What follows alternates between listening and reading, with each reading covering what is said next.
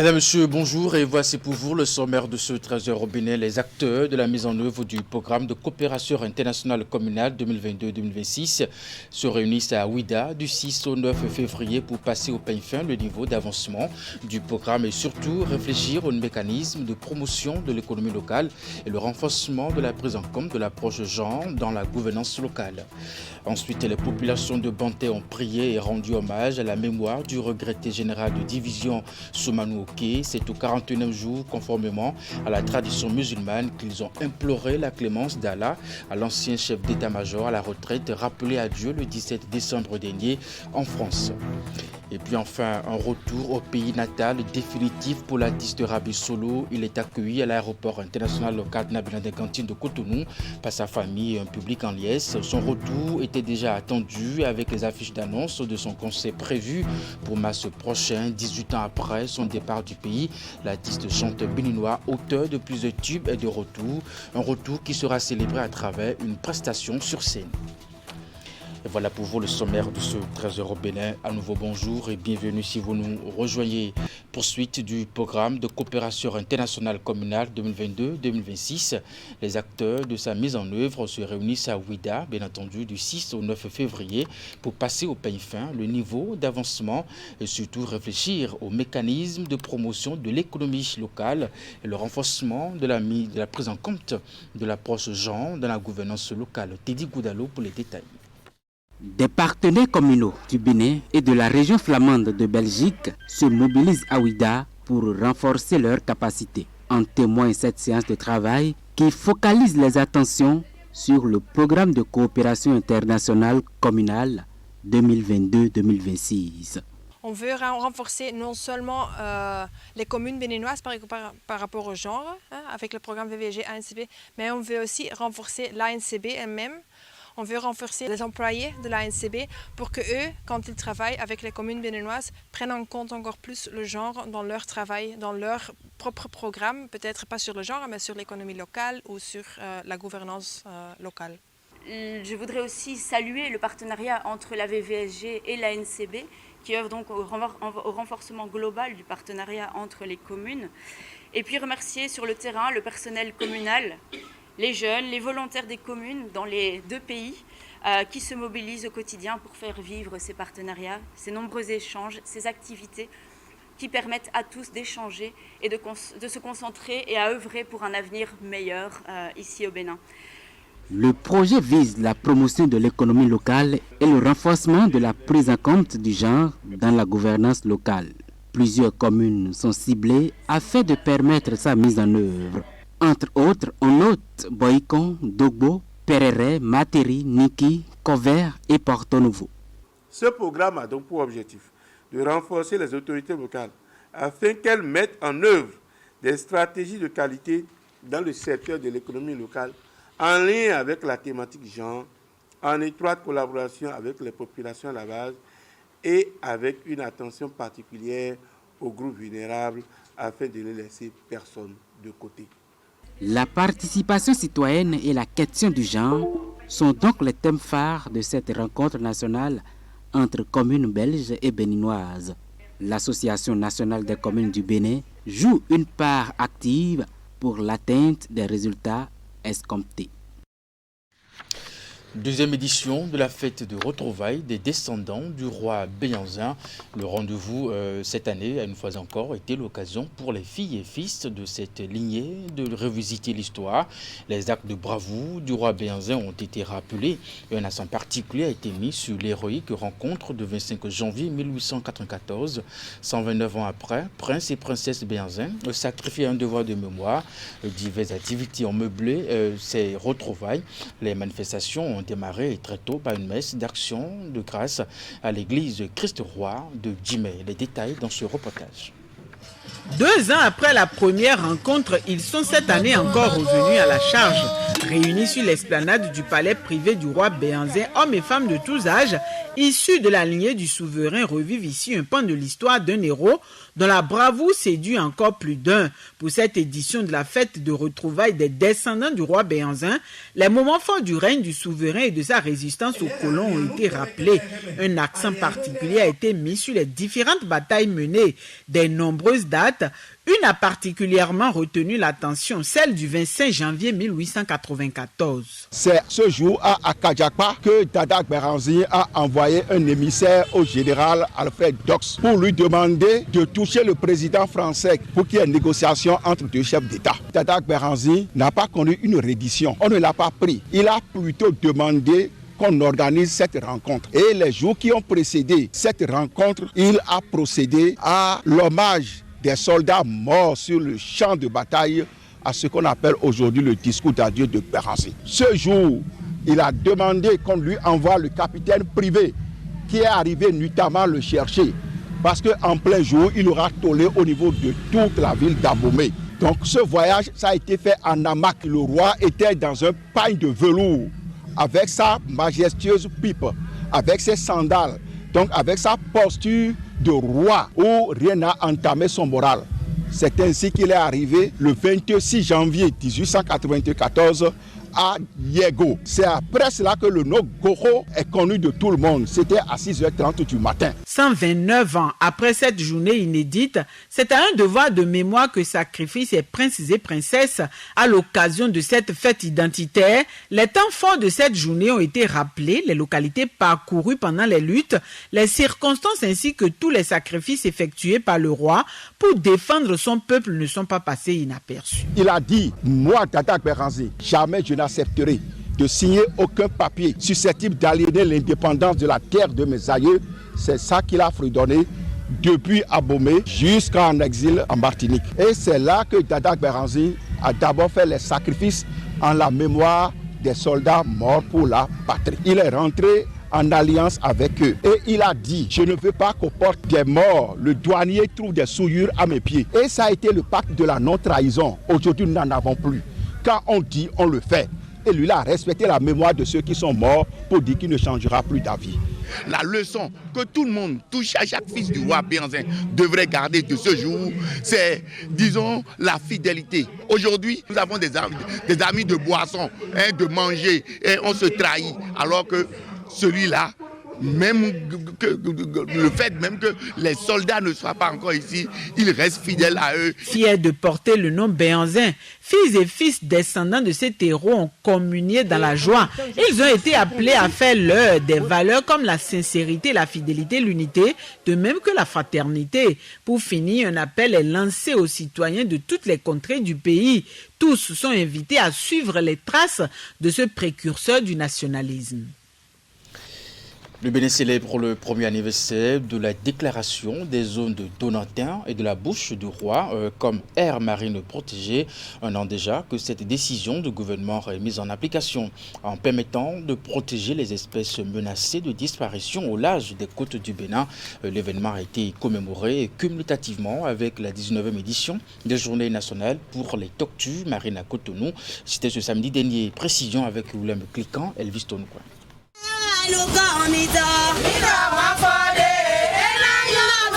La double commémoration de Donatin a lieu dans les réserves de Toklebe, au large des côtes d'Apakpa à Cotonou. La journée s'ouvre avec une visite des étangs où les œufs de tortue marine ont été couvés par des éco-gardes bénévoles pour la pérennisation de cette espèce menacée de disparition. Des actions menées sous le leadership de l'organisation non gouvernementale Nature Tropicale. Dans la décision du gouvernement, c'était vraiment clair, c'est de protéger et de gérer durablement les ressources halieutiques au niveau de notre mer côtière, protéger les espèces menacées, dont les tortues marines, les baleines, les dauphins et le lamantin d'Afrique. Nous avons vu que c'est une décision vraiment salutaire à qui il faut donner plus de visibilité parce que ça vient renforcer les actions que nous menons depuis plus d'un quart de siècle sur la protection des tortues marines. Les grosses tortues ne fréquentent pas n'importe quelle côte. Mais voilà, au Bénin, elles viennent pondre. Et de plus en plus, ce bénévolat s'est professionnalisé pour apprendre les rudiments nécessaires pour protéger les œufs, les conduire à éclosion, gérer les petites tortues et faire les lâcher. C'est très important. Dans ces réserves pour la nature, le ministre s'est réjoui de voir une espèce très rare de tortue marine, la tortue verte. Il l'a baguée pour qu'elle soit identifiable où qu'elle ira et l'a renvoyée en mer avec ses petites.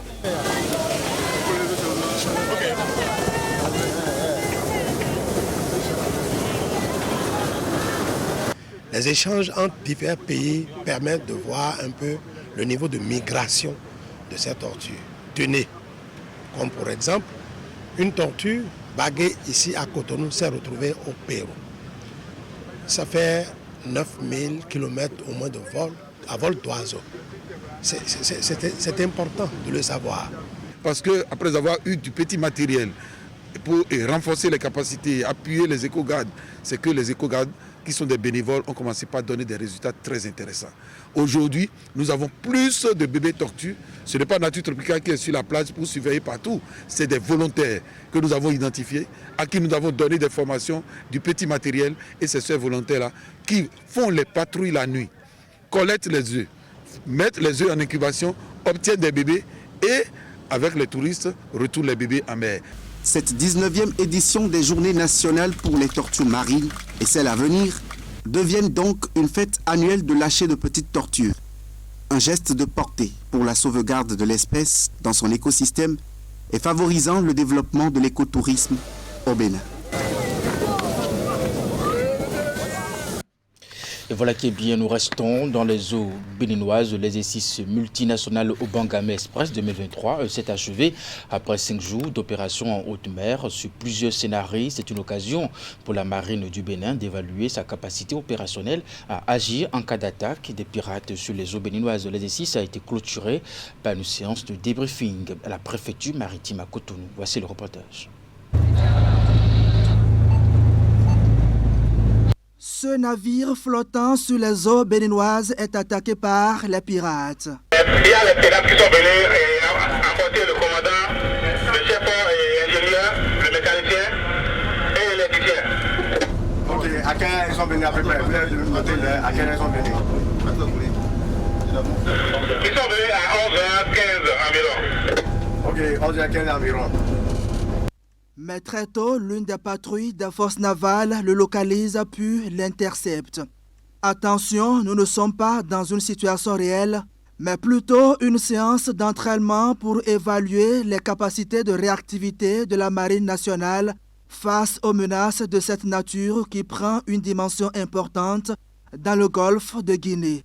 Dans ce scénario, tout est parti d'une alerte reçue par le centre de commandement opérationnel de la marine béninoise et 15 minutes plus tard, la situation est mise sous contrôle. Les éléments clés du navire marchand du nom de MG Melbourne ont été emportés. On a pu prendre contact avec les membres du crew restants et qui nous ont fait état de la scène.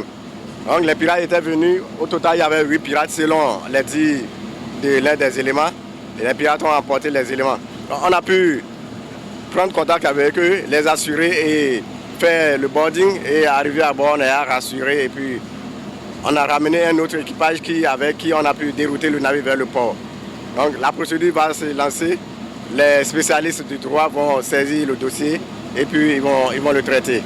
Le navire a été donc intercepté et dérouté à quai. Cette séance d'entraînement s'inscrit dans le cadre de la régionalisation de la sécurité maritime pour mieux faire face aux menaces multiformes et multidimensionnelles du golfe de Guinée. L'exercice multinational au Bangamé Express 2023 implique le Bénin, le Nigeria, le Togo, le Niger et le Cameroun comme observateurs. Les opérations ont duré 5 jours et à l'arrivée, on peut s'en féliciter. Si nous nous contentons de ce que nous avons pu faire, ça voudra dire qu'il n'y a plus rien à faire. Il y a encore beaucoup de choses à faire. Au niveau des synergies d'action, au niveau du respect des procédures, notamment les procédures opérationnelles standards, au niveau de la coordination entre différents acteurs, au niveau de la responsabilité de chaque acteur. Il y a encore beaucoup de choses à faire, mais je peux vous dire que comparé à l'exercice de l'année dernière, beaucoup de progrès ont été faits dans chaque domaine que nous avons pu aborder. Le Bénin fait partie des pays les plus touchés par la piraterie maritime dans la zone du golfe de Guinée. Une menace qui oblige la marine béninoise à être toujours éveillée et opérationnelle, capable d'intervenir à tout moment et en toutes circonstances. La préfecture maritime annonce un autre exercice de grosse facture en masse prochain. Les populations de Banté, je vais annoncer en titre, ont prié et rendu hommage à la mémoire du regretté général de division Soumanou Oké. C'est au 41e jour, conformément à la tradition musulmane, qu'ils ont imploré la clémence d'Allah à l'ancien chef d'état-major à la retraite rappelé à Dieu le 17 décembre dernier en France. La cérémonie en résumé avec Clément Tchadi. C'est une série de prières qui introduit cette cérémonie de 41e jour du décès d'un grand homme, le feu général Soumanou Oké, ancien chef d'état-major des forces armées béninoises, décédé le 17 décembre 2022 en France.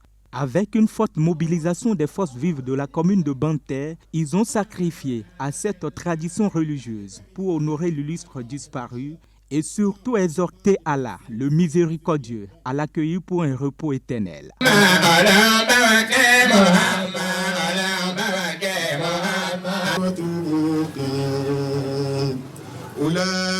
Ces œuvres ont fini ici. Seule la prière, les aumônes seront avec lui. Et on a récité le Coran tout entier. Et puis les alphas ont conseillé les fils de Banté comment ils vont se comporter après le départ de notre cher père, le général Oké Ousmane.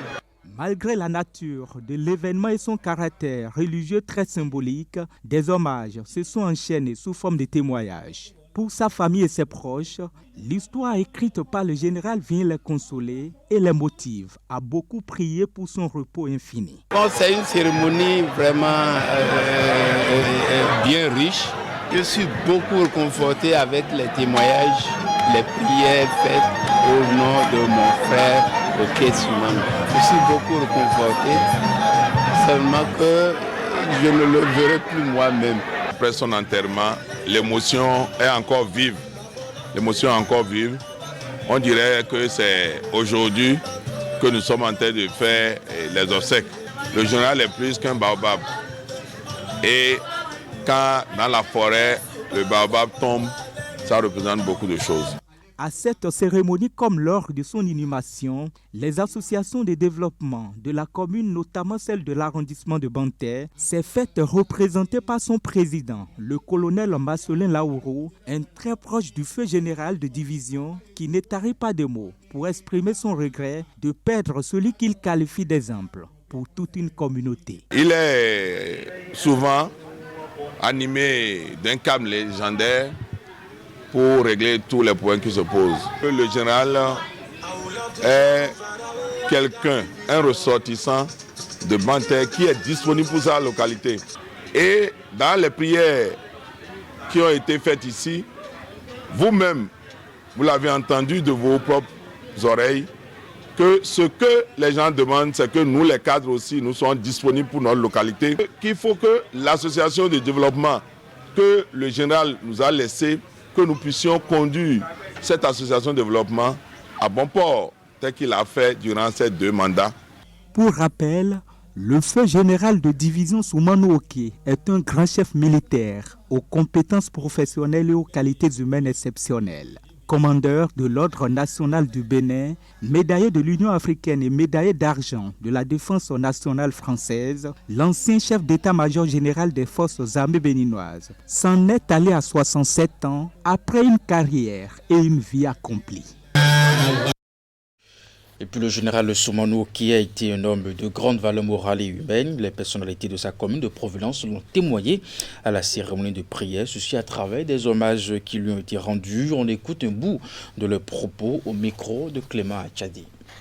Le général, quand je me situe au niveau de la commune de Banté, est un monument.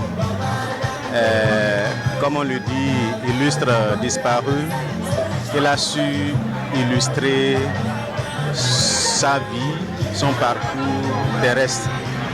C'est un monsieur, je peux dire, effacé au regard de ce qu'il a été dans sa vie, ce qu'il a été dans l'armée et son parcours, j'allais dire, social. Tout le monde entier homme qui n'est pas mort et qui ne mourra jamais. Avec émotion, je réponds que le général Oquet est un homme de grande valeur, bourré de bonne qualité. Le plus grand souvenir que j'ai du général, j'ai constaté qu'il est un homme très attentif, humble et qui a beaucoup d'attachement pour sa culture, sa famille. C'est un vrai acteur de développement en ce sens que c'est lui qui est le président de l'association de développement de l'Union des fêtières des associations de la commune. Et on n'a pas réussi à mettre en place cette association sans son dynamisme, sans sa disponibilité, sans son dévouement à cette cause. Et il a été toujours à notre côté pour toutes les décisions, les difficultés que nous rencontrons, les initiatives, les inspirations d'idées de développement que nous devons porter par le conseil communal. Je pense qu'il l'a toujours fait. Il est animé d'une humilité légendaire. Et dans les prières qui ont été faites ici, vous-même, vous l'avez entendu de vos propres oreilles, que ce que les gens demandent, c'est que nous, les cadres aussi, nous soyons disponibles pour notre localité, que nous puissions, même si ils n'ont pas besoin que nous venions leur donner de l'argent ou bien leur distribuer des biens, mais quand ils posent des problèmes, le fait d'écouter déjà, d'avoir un esprit d'écoute comme le général est une bonne chose et une qualité que nous devons cultiver. Si on devait continuer avec les bonnes actions et les témoignages, nous ne pouvons pas quitter ici aujourd'hui. Et moi, c'est vrai que quand quelqu'un meurt, on dit souvent que quand quelqu'un meurt, on parle souvent bien de lui. Mais que ce soit du vivant, du général, ou de son décès, si vous prenez même un petit au niveau de Banter, il va toujours bien vous parler du général. Vous n'allez pas trouver quelqu'un au niveau de Banter qui va mal parler du général. Et puis nous allons boucler ce trésor au Bénin avec l'artiste musicien Rabi Soulo qui est de retour au Bécaye, comme vous pouvez le voir sur ces images. Il est accueilli à l'aéroport international le cardinal Benané Gantine de Cotonou par sa famille et un public en liesse. Son retour était déjà attendu avec les affiches d'annonce de son conseil prévu pour mars prochain. 18 ans après son départ du pays, l'artiste chanteur béninois a foulé sa terre natale. C'est un retour au pays natal qui sera célébré à travers une prestation sur scène précédée d'une conférence au cours de laquelle l'artiste va tout expliquer au sujet de son voyage. Pour le moment, retenez que c'est un retour définitif de Rabi Soulo au pays. Je vous propose pour finir de suivre ici un extrait de ses propos à son arrivée à l'aéroport. Mon arrivée, ça va être célébré, c'est sur le concert du 11 mars à Kadjeron pour rendre hommage aux femmes résilientes du monde entier, en particulier les Amazones du Bénin. Parce que j'ai constaté que le Bénin a commencé à donner la valeur à ces femmes, parce que c'est important. Je suis allé dans un pays où la valeur est donnée à la femme et ça permet à la société d'évoluer plus rapidement. Donc c'est ce que je vais dire, rien n'est impossible, il faut continuer à gagner l'espoir. Je suis venu d'une famille très pauvre et je peux vous dire qu'il faut aller se battre pour poser une fondation. C'est ce que je suis allé faire. Et aujourd'hui, je suis prêt pour revenir dans mon pays, pour apporter ce que j'ai appris. Et c'est fini. Rabi Soulo est revenu, il n'y a plus à faire de parti pour 10 ans, 5 ans. Donc on va installer une base ici, une base là-bas, pour pouvoir mener la technologie, la connaissance, pour pouvoir aider la musique béninoise. C'est ce que je suis parti chercher, à créer une fondation. Hein, c'est ce que je suis allé faire. Donc je suis revenu sur la terre de mon père et je suis très content.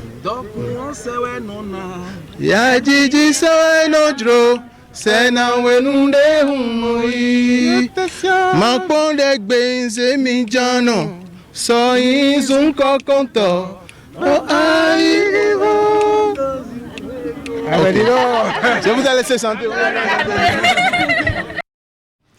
Et c'est bien la fin de ce 13h au Bénin. Merci de l'avoir suivi à 16h. Retrouvez votre bulletin d'information 19h30 avec William Cliquant, l'édition de la soirée. Et puis à 21h, votre émission Canal Enquête. À très bientôt.